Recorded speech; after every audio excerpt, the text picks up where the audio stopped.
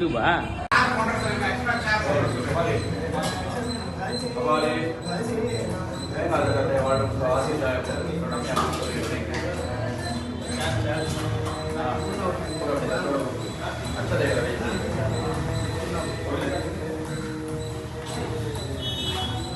கத்தி இருக்கா? கத்தி இருக்கா?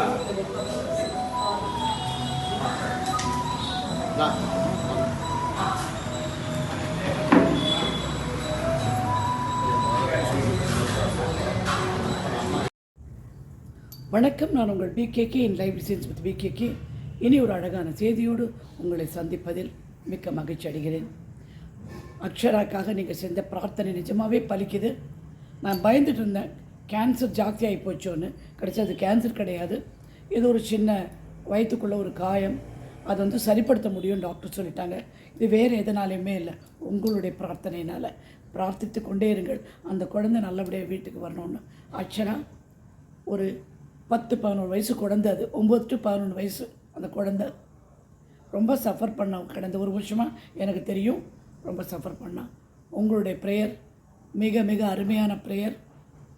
அனைவரும் மனசார முன்ன பின்ன தெரியாத ஒருத்தருக்கு நம்ம வேண்டும் போது அது ஆட்டோமேட்டிக்காக நடந்து போயிடும். ஏன்னா கடவுளே நினச்சிப்பார், ஓ இவங்க வந்து இவங்களுக்காக கேட்குறாங்க, என்ன நல்ல விஷயம் சொல்லி கிராண்ட் பண்ணி விட்டுடுவார். அதுதான். ரொம்ப ரொம்ப ரொம்ப ரொம்ப நன்றி. பிரார்த்தித்து கொண்டே இருங்கள் அக்ஷராக்காக. இப்போ உங்களுக்கு ஒரு வீடியோ போட்டது ஆரம்பிக்கிறதுக்கு முன்னாடி, நேற்று உங்களை சந்திக்க முடியலை, என்னோடய மருமகளோட 50வது பிறந்த நாள். அதனால் ஒரு சின்ன விழா மாதிரி நம்ம வீட்லேயே பண்ணோம். அதோட சின்ன சில கிளிப்பிங்ஸ் தான் போட்டேன். ஜாத்தி போட்டால் டைம் உங்களுக்கு வேஸ்ட்டாக போயிடும் அனாவசியமாக அப்படி சொல்லிட்டு. அதுதான் இன்றைக்கி. நாம் சில வாழ்க்கையில் சில நேரம் நம்ம நினைக்கிற மாதிரி சில விஷயங்கள் நடக்காது. நிறைய தடங்கள் வந்து கொண்டே இருக்கும். நம்ம ரொம்ப ஹார்ட் ஒர்க் பண்ணுவோம். ஹார்ட் ஒர்க் பண்ணி அதோட ரிசல்ட் வரும். மேனிஃபெஸ்டேஷன் பண்ணுவோம், ப்ரேயர் பண்ணுவோம், நல்லதே செஞ்சுருப்போம். இருந்தாலும் சில டைம் ரிசல்ட் வராது. எதனால் அப்படின்னு பார்த்தீங்கன்னா உங்களுக்கே ஷாக்காக போயிடும் எதனால் அப்படிங்கிறது. வாழ்க்கையில் நமக்கு அன்றாட விஷயங்களில் ஒன்று இருக்குது, அதாவது எனர்ஜி ஃப்ளோ. ஆற்றல் அலைவரிசையாக நம்மிடம் வந்து சேருவது. நம்ம சுற்றி இருக்கிற இந்த சோஃபா, ஃபர்னிச்சர், இதெல்லாம் நம்ம நல்லபடியாக பேசி பேசி ஃபர்னிச்சர், இந்த திராவி, இந்த மரம், இந்த சீலிங் எல்லாம் நம்ம நல்லபடியாக நடந்து நடந்து நல்ல எனர்ஜி கொடுக்கும். சில பேர் வீட்டுக்குள்ளே வந்துடுவாங்க, நண்பர்களோ வேலை செய்கிற ஆளுங்களோ யாரோ, அவங்கக்கிட்டேருந்து வர எனர்ஜி நமக்கு சரியாக இருக்கா அப்படின்னு சொல்லி நம்ம பார்த்துக்கணும். அந்த எனர்ஜி ஃப்ளோ சில டைம் நம்மளை பிளாக் பண்ணிடும். அதுக்காக அதை உன்னிப்பாக நம்ம கவனிக்கணும். இந்த எனர்ஜி ஃப்ளோக்கும் நம்ம மேலே எஃபெக்ட் இருக்குது. ஏன்னா நாம் வந்து ஒரு நல்லதே நினச்சிட்டு இருக்கும்போது, நல்லதை நினைக்கும்போது கோண புத்தி குறுக்க வந்த கதை தான்.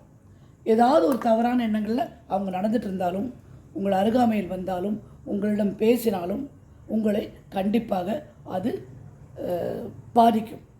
அதனால் நாம் அது என்னன்னு கவனிப்போம்.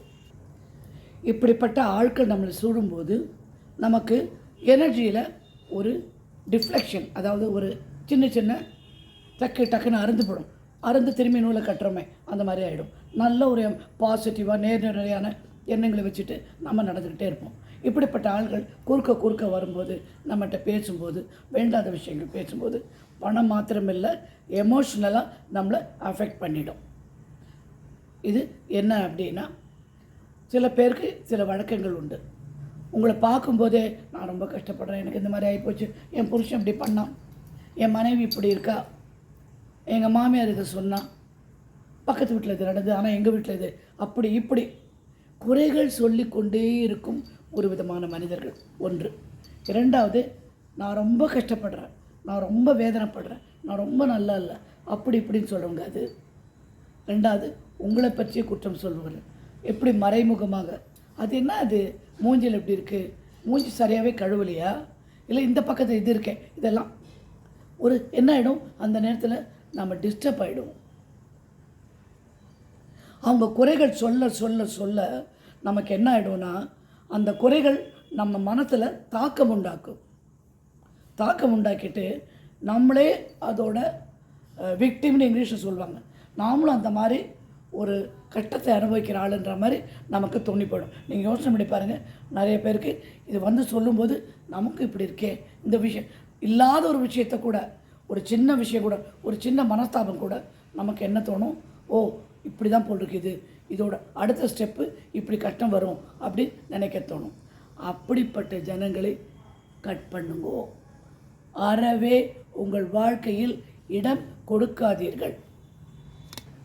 இந்த மாதிரி ஆளுங்க உங்களுடைய எமோஷன், அதாவது ஃபீலிங், உணர்வுகள், அப்புறம் வந்து உங்களை என்ன சொல்லுவாங்க, அவங்க என்ன சொல்லுவாங்க, அவங்க ஒரு குற்ற உணர்ச்சி, கில்ட் ட்ரிப்புன்னு இங்கிலீஷில் சொல்லுவாங்க, அதில் அவங்க போயிட்டுருப்பாங்க. நான் இப்படி பண்ணிக்கக்கூடாது, அப்படி பண்ணிட்டேன், இப்படி ஆயிடுச்சு, நான் இந்த மாதிரி பண்ணிக்கக்கூடாது அப்படின்னு சொல்லிட்டு. ரெண்டாவது, உங்களையும் குற்ற உணர்வுக்கு தூண்டி விடுவார்கள். புரிஞ்சுதா? இந்த குற்ற உணர்வுக்கு தூண்டுவங்கெல்லாம் கண்டிப்பாக நீங்கள் வாழ்க்கையில் அவாய்ட் பண்ண, வேறு வழி கிடையாது. சில டைம் அது நாத்தனாக இருக்கலாம், மாமியாராக இருக்கலாம், பிரதர் இன்லாவாக இருக்கலாம், யாரோ ஒன்று நம்ம வீட்டில் வந்து போகிறவங்க, சில டைம் வந்து அடிக்கடி இருக்கிறவங்க, இவங்கெல்லாம் இருக்கலாம். இருந்தாலும் அவர்களை நீங்கள் ஆனை மட்டும் சிரிச்சுக்கிட்டே என்னை இப்போ வேண்டாமே, நான் கேட்கறதுக்கு விரும்பலை, பரவாயில்ல, இதனால் அவங்களுக்கு மூஞ்சில் அடித்த மாதிரி இருந்தால் கூட பரவாயில்ல, அவங்க கோச்சிக்கிட்டாலும் பரவாயில்ல. ஏன்னா கட்டப்பட போகிறது நீங்கள் மாத்திரமே. இந்த மாதிரி எப்போ பார்த்தாலும் பிரச்சனை பிரச்சனை பிரச்சனை. சில பேர் எனக்கு ஃபோன் பண்ணுவாங்க, ஐயோ எங்கள் வீட்டுக்காரர் உடம்பு சரியில்லை, அப்படி ஆகிட்டார், ஐயோ நடக்க முடியல, ஐயோ இப்படியாச்சு, சொல்ல கேட்டு காதை கேட்டு வாங்கவே வாங்காதீங்க. அந்த மாதிரி வார்த்தைகளை காதில் நீங்கள் வாங்கவே கூடாது. அவங்க உடனே சொல்லணும், என்னங்க இது நிறுத்துங்க, இதோட உதவி வேணுமா, உதவி செய்ய நான் ரெடி, என்னால் முடிந்த உதவி கூட உங்களுக்கு முடியாத ஒரு உதவியை செய்வதாக ஒத்துக்கொள்ளாதீர்கள். உங்களால் முடிந்த அளவுக்கு. எதுக்கு இதெல்லாம் சொல்கிறேன்னா, இந்த எனர்ஜியெல்லாம் நீங்கள் என்ன ப்ரேயர் பண்ணாலும், என்ன அஃபர்மேஷன் பண்ணாலும் அதை வந்து தாக்கிடும். சூழ்நிலை மிக மிக முக்கியம். நல்ல ஒரு சூழ்நிலையை உங்களால் மாத்திரமே உருவாக்க முடியும். உங்களுடைய வீடு, உங்களுடைய குடும்பம் ஒரு புனிதத்தன்மை, அன்பு, அரவணைப்பு நிறைந்த ஒரு இடம். அதனை மாற்றி அமைக்க, அதனை தொந்தரவு பண்ண, அதனை தடுக்க யாருக்குமே உரிமை கிடையாது. சூழ்நிலையை நல்லபடியாக வச்சுக்கோங்க. ஜனங்களை நல்ல ஜனங்களாக மீட் பண்ணுங்க. அப்படி வேறு வழி இல்லை, இவங்கெல்லாம் இருக்காங்க நம்மளை சுற்றினா, அவங்ககிட்ட முதல் காரியம் சொல்ல வேண்டியது, தப்பாக எதுவும் பேசாத, எனக்கு கேட்க வேணாம், எனக்கு பார்க்க வேணாம், நல்லா இரு, நீ எங்கேயாவது நல்லா இப்படியே 2 கையை போட்டு வாழ்த்துங்க, நல்லா இரு, உனக்கு எல்லாம் சரியாக போயிடும், திரும்ப திரும்ப இது சொல்லாத. என்கிட்ட யார் வந்து சொன்னாலும் அதான் சொல்லு, அதை நிறுத்திக்கங்க. அடுத்தது உங்களுக்கு என்ன வேணும் அதை மாத்திரம் சொல்லுங்கள். இந்த ஃபோனில் பேசுகிற கூட சொல்ல தயவுசெய்து ரொம்ப கண்டினியூஸாக அது அப்படி இது அப்படி, நான் இங்கே நின்னா இதை இவங்க சொன்னாங்க, அவங்க சொன்னாங்க, இவங்க பேசாத. உனக்கு இப்போ என்ன வேணும் உடனே அட்வைஸ் பண்ண. நான் மன ஆரோக்கியத்துடனும் சந்தோஷத்துடனும் நிம்மதியும் செல்வ செழிப்புடன் இருக்கிறேன் இப்போது எழுது, அவ்வளோதான். உன்னுடைய கட்டம் நான் ஜாத்தி கேட்க மாட்டேன். என்னால் என்னோடய மைண்ட் செட்டை அது அஃபெக்ட் பண்ணிடும். உடம்பு சரியில்லாத சில பேருடைய விஷயங்கள் மாத்திரம் கேட்டுட்டு அதுக்கு உடனடியாக ரெமெடி சொல்வேனே ஒழிய, வேண்டாத விஷயங்களை காதில் வாங்கி என் மனநிலையை நான் பாதித்து கொள்ள மாட்டேன். நீங்களும் அதைத்தான் கடைபிடிக்க வேண்டும். நீங்கள் அதுக்கு கெட்டவங்க கிடையாது. நீங்கள் உங்கள் குடும்பம், உங்கள் மனம் நலம் விரும்பிகள். அதற்கான ஆயத்தத்தை நீங்கள் செய்துதான் ஆக வேண்டும். அப்போ தான் உங்கள் ஆக்ஷன், இந்த ஆக்ஷன் வருதில்ல, ஒவ்வொரு ஆக்ஷனும் நம்மகிட்ட பண்ணும்போது நமக்கு ஒரு ரியாக்ஷன் தோணும். அதுக்கு மறு பதில் நம்மக்கிட்டேருந்து வரும் உணர்வு. அந்த உணர்வு சரியாக இருந்தால் தான் பிரபஞ்சம் உங்களுக்கு வேண்டுவதை செய்ய உதவ முடியும், செய்ய முடியும், உங்களை நல்லபடியாக காப்பாற்ற முடியும். அதற்காகவாவது தவறாக பேசுபவர்கள், குற்றம் சொல்பவர்கள், பொறாமைப்படுபவர்கள், எப்போவுமே ஒரு சோகக்கதையை சொல்பவர்கள் அவாய்ட் பண்ணிடுங்க. எப்படி அவாய்ட் பண்ணலான்னா, இதோடு நிறுத்திக்கோ, நல்லா இருக்கும், எங்கிட்ட திரும்பி இதை பேசாத, ஏன்னா எனக்கு ரொம்ப கேட்கவே கஷ்டமாக இருக்குது அப்படின்னு சொல்லி விட்டுடுங்க. ஒரு பாவம் பார்க்காதீங்க. இந்த விஷயத்தில் எப்படி தானோ நமக்கு இந்த மாதிரி இருக்குமோ அப்படிங்கிறது தான் அந்த என்ன விஷயம்னா, இந்த மாதிரி மற்றவங்க பேசுறதை கேட்குறது நம்மளுடைய கர்மா. கர்மாவினால் வந்த கடன், அவங்க கர்மாவினால் அவங்க கடன் படுறாங்க. நீங்கள் எதுக்கு கடன் பண்ணணும்? மற்றவங்க பேசுறதை கேட்டாலும் இந்த கர்மாவின் கடன் அதிகரித்து கொண்டே போய்விடும். உங்களுக்கும் அந்த உணர்வு உங்களை நல்ல தாக்கத்தை உண்டாக்கும் மனசில். சில பேர் எங்கிட்ட பணம் இல்லை, காசு இல்லை, அன்பு இல்லை, ஆரோக்கியம் இல்லைன்னு சொல்லிட்டு வராங்க பாருங்கள். அந்த இல்லாமல் என்ன ஆகிடும், நீங்கள் கேட்க உங்கள் மனசை ஃபீலிங்கை அஃபெக்ட் பண்ணும். என்ன சொல்லியிருக்கு? தீயாரோடு பழக வேண்டாம், தீயாரோடு பேச வேண்டாம், தீதை பார்க்க வேண்டாம் சொல்லியிருக்காங்களா? 3 குரங்கு வாயை மூடி காதை பொத்தி கண்ணை மூடிக்குது.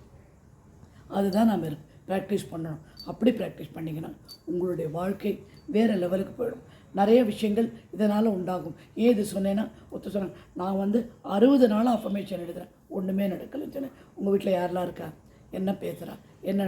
அப்போ சொன்னால் இந்த மாதிரி என்னுடைய விடோ நாத்தனார் எங்கள் வீட்டில் தான் இருக்காங்க, அவங்களுக்கு ரொம்ப கஷ்டம், அவங்களுக்கு ஒரே பையன் இருக்கா, அந்த பிரச்சனையெல்லாம் என்கிட்ட சொல்லுவோம். நான்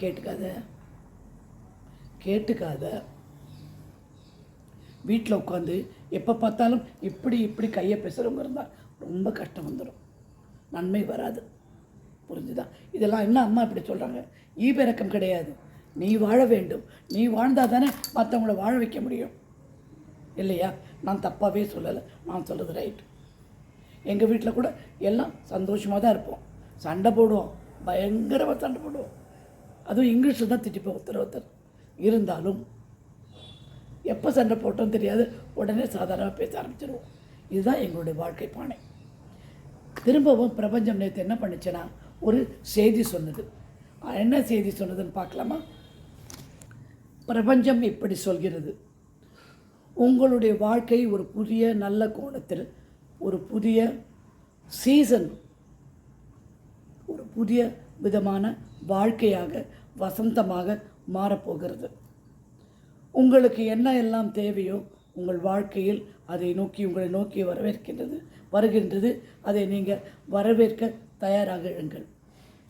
நீங்கள் கேட்கும் வரம் அனைத்தும் தெய்வீகத்தில் உங்களை தானாக சேரும். இதுதான் பிரபஞ்சத்தோட மெசேஜ். எப்படி இந்த பிரபஞ்சத்தோட மெசேஜ் உங்களுக்கு கிடைக்குதுன்னு ஒரு பொண்ணு ஃபோன் பண்ணி கேட்டு, நான் வீடியோ பார்த்துட்ருப்பேன், புக்கு படிப்பேன், திடீர்னு the universe talks you like this அப்படின்னு வரும். ஆக்சுவலாக எனக்கு பேசுகிறது, நான் என்ன நினச்சிப்பேன்னா, எனக்கு பேசுகிறது உங்களுக்கு பேசுகிறது தான். அதனால் அந்த வார்த்தைகள்லாம் எடுத்து படிச்சுட்டு ரெக்கார்ட் பண்ணிப்பேன். இம்மீடியட்டாக என் வார்த்தையிலே ரெக்கார்ட் பண்ணிவிட்டு உங்களுக்கு சொல்கிறேன். எல்லாம் நல்லபடியாக தான் நடக்கும். நீங்கள் எதை பற்றும் பயப்பட தேவையில்லை. எந்த விதமான பயம் உங்கள் மனதில் இருந்தால் தூக்கி எறிந்து விடுங்கள். நீங்கள் எல்லாவற்றையும் பெற்று விடுவீர்கள். விரும்பியபடி, விரும்பிய நேரத்தில், விரும்பிய காலத்தில், விரும்பிய விதத்தில் உங்களை அடையும். ஒரு சின்ன பரிகாரம் சொல்லிடுறேன். நிலவு வருது, பௌர்ணமி, இது ரெட் மூன் அப்படின்னு சொல்லுவாங்க. கிரகணமும் சேர்ந்து வருது. கிரகணத்துக்கு முன்னாடி இல்லாட்டி கிரகணத்துக்கு பின்னாடி ஒரு கிளாஸ் தண்ணி எடுத்து நில ஒளியில் காமிச்சிட்டு அதுக்கு ஒரு நன்றி சொல்லிவிட்டு உங்கள் தேவையை இந்த தண்ணியில் சொல்லி அப்படியே பூமியில் இந்த கையில் இப்படி விட்டு வலது கையால் பூமியில் போட்டு சந்திராய நமக, சந்திரனே உனக்கு மிக்க நன்றி அப்படின்னு. யாருக்கெல்லாம் சந்திரன் உச்சமாக இருக்கோ அது அம்மாவுக்கு நீங்கள் ரொம்ப க்ளோஸ் அப்படின்னு அர்த்தம். யாரோ என்னை கேட்டாங்க, ஜாதகம் பார்க்குறோம், மேனிஃபெஸ்டேஷன் பண்ணுறோம், எதை நம்புறதுன்னு சொன்னேன். உன்னுடைய விருப்பம். நானும் ஜாதகம்லாம் பார்ப்பேன். ஆனால் எனக்கு இந்த பிரபஞ்சத்துக்குள்ளே வந்தப்புறம் எனக்கு எது மேலேயே நினைப்பில்லை. இந்த பிரபஞ்சத்தை நம்பியே என் வாழ்க்கை ஓடிவிட்டது. கடந்த ஆக்சுவலாக இந்த 10 மாதம் ஏப்ரல்லேருந்து ரொம்ப ஸ்ட்ராங்காக இது உள்ளே வந்திருக்கேன்னா, அதனால் எனக்கு எல்லாமே நல்லபடியாக தான் நடக்குது. உங்களுக்கு எது விருப்பமோ அதை செய்து கொள்ளுங்கள். ஆனால் கம்பேர் பண்ணி இது இப்படி இருக்க, அது அப்படி ஆகுமா, பிரபஞ்சத்தை எப்படி சொன்னால், இது ஜாதகத்தில் எனக்கு கெட்ட நேரம்னா பிரபஞ்சம் எப்படி நல்ல நேரமாக்கும்னு நீங்கள் கேள்வி கேட்குறீங்க. அது நெகட்டிவிட்டி. அதுவும் நல்லது, இதுவும் நல்லது. அவங்கவுங்க சொந்த விருப்பத்தை பொறுத்து. ஓகேயா? ஓகே. இனி ஒரு அழகான செய்தியோடு உங்களை மீண்டும் சந்திக்கிறேன்.